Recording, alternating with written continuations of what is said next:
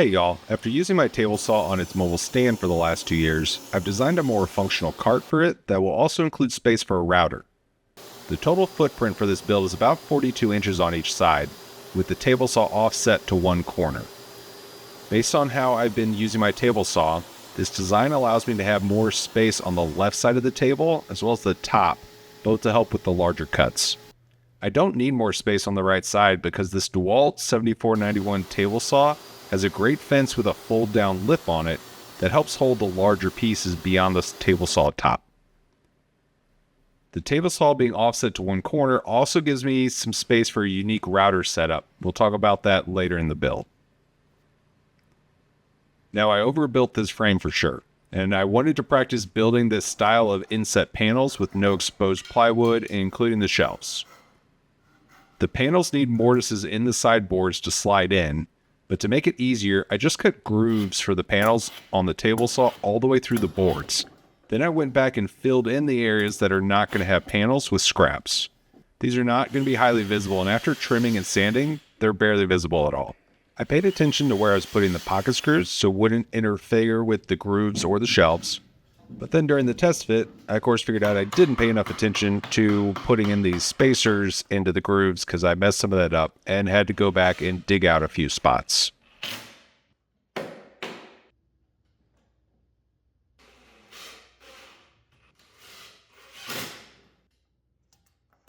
I assembled the left and right side first using glue and pocket screws. After building the first one though, I noticed there's a slight bend in the structure, and I realized I've been using my pocket screws set up for 3/4 inch boards, not these 1.5 inch boards I've been using. So the screws are not centered and it's pulling it away from the middle a little. Luckily there's a simple fix for this. The frames were bowed out. So when attaching the stretchers to connect the two sides, I just pulled the frame back into alignment with those boards. I had cut out small shelves in the front and the back of the stretchers for that plywood to sit in, and so you wouldn't see the sides of the plywood. And so using those, plus the shelves that were already in the side frames, I cut out the corners of the plywood I was going to use for the base shelf and installed it with brad nails. I ended up doing this in 2 pieces just to make it easier to move and fit rather than one big piece. Moving up the frame, it's now time for the shelf that the table saw is going to sit on. I added some extra bracing where the table saw will actually sit, and then repeated that same step of cutting out the corners and getting the shelf locked in place.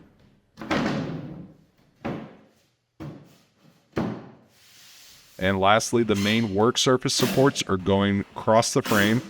And then I added a little side frame here next to the area where the table saw is going to be to support that top work surface. I did cut the corner off these 2 ends because they're going to be exposed once it's all done and built. You'll see that here at the end.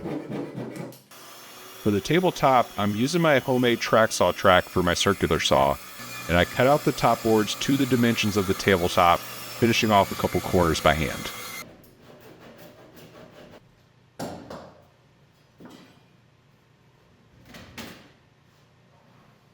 Before attaching, I made my cuts for where my router is going to go.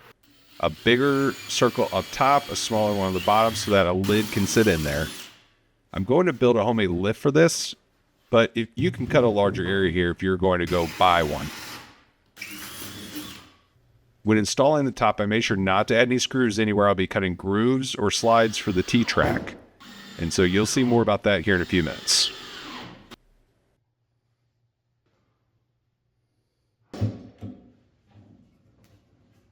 I then added trim to the top, thick around the outside so it adds a clamping surface, but then using thin offcuts in the area where the table saw is going to be so it doesn't take up any depth in there. I went ahead and measured and cut the grooves for the runners, now aligned with the table saw so my sleds can easily move back and forth, first with the homemade track saw and then cleaning it up with my hand router plane. Now when I test fit the saw, the first thing that pops out is that I can't get the fence all the way to the blade. A lot of these builds, you'll see them have to cut grooves in the sideboards here to be able to allow that fence mechanism to move all the way over like this. But this saw has a trick that'll allow me to not have to cut those grooves. Instead of using the measuring guide that comes on it, we're going to use the end of the mechanism as the measuring guide. And so to do this, I just need to reset my stops for my fence, The first one is setting my first up at the new 0 cut and then moving it out 8 inches to make sure I've got an actual accurate 8-inch cut. Then I move the fence out to the second position, which is supposed to be 8 inches away as its starting point. Make sure that lines up, and then do the same thing making a 16-inch board to get my third positioning correct. This saw is great in having these 3 different positions. It'll allow me to get the full versatility of this fence system without having to make any groove cuts into the actual tabletop. I needed some room to be able to remove the fence, so I ended up having to cut a corner off of this tabletop to make space for it. Not a big deal or a big loss of usable space. To help with dust control, I did add a board here separating the table saw space from the router space with brad nails and glue. That builds out the basic frame. I do have plans for this part of the build on my website, which you can get for free for a limited time. Details in the video description below. Even though the build's not done, I stopped the plans there because from this point on, everything here is essentially custom to what table saw or router you're using, and so you'll be able to use your imagination to fill this out. For the end of the cart where you're standing while using the table saw, I wanted a simple place to hold a couple things that I need to be able to grab easily while using the table saw. So I made this board that has 2 holders for extra board holders and then some space where I can put some extra push sticks as well. Then this space next to the saw, I wanted to have a place to hold some of my other saw blades that are not in use. So using scrap wood, I built this shelf system to hold a few blades for easy access, but out of the way so they don't get damaged or they don't damage anything else. I cut out small half circles with the bandsaw, then sanded them to shape so that there's room to pick up the blade with my finger and not cut myself trying to pick them up off a flat surface. I attached it with a few small nails to hold it in place, but it can easily come out if I want to do something else with this space in the future. Now, dust collection is difficult for this table saw once it's in place, so I designed and 3D printed a few connectors that work with standard 2-inch PVC pipe to create a hard line to the side of the cart for easier connection. I attempted to follow good airflow rules, having the pipe exit smaller into a bigger next pipe so that the airflow and debris doesn't hit any flat surfaces like lips of the pipe, but I'm not sure if that actually helps in this instance or not. The STL files for these 3D printings are included in the project plan on my website. Now for the router area, I built a box to hold the router lift and contain the dust. I added a quick frame to the box to give me the final dimensions I need for the door for it. I built 2 drawers to go next to the router box, a small one for router bits and a larger one for other accessories, and an old plunge router I inherited from my grandfather. I went with the cheapest option for these drawer slides, and it shows pretty bad. They're not great. Hopefully they will be fine as I won't be using them a ton, but it'll be a pure case of you get what you pay for.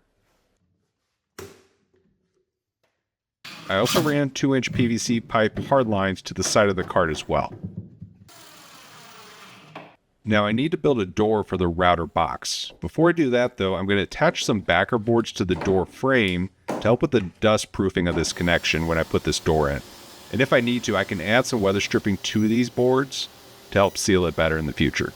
I then built a basic door with plexiglass center so that I can see it while it's in use.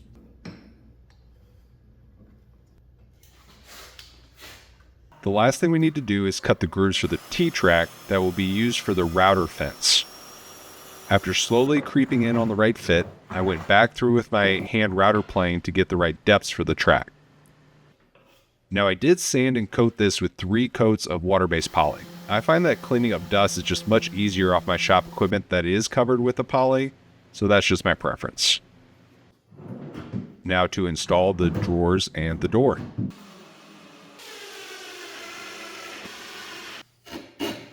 The hardware to attach this door is pretty basic. I carved out an area in the door to inset the hinge.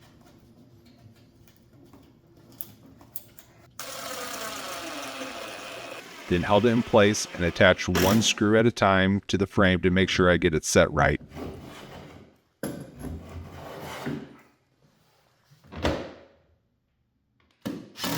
The closing mechanism isn't great. They keep popping open, but again, something You get what you pay for, so I probably will need to upgrade these shortly. A set of wheels is a must on this thing in my small shop. These are the same one I used on my flip-top cart build, and they've worked out great so far. Overall, I'm very happy with this build. I will complete the router lift and fence in another video, but this already helping me be safer with my table saw on larger cuts and also storing of my jigs and sleds that have been cluttering out my shop. If you like this project, be sure to like, comment, and subscribe, and I will see you on the next one. Thank you.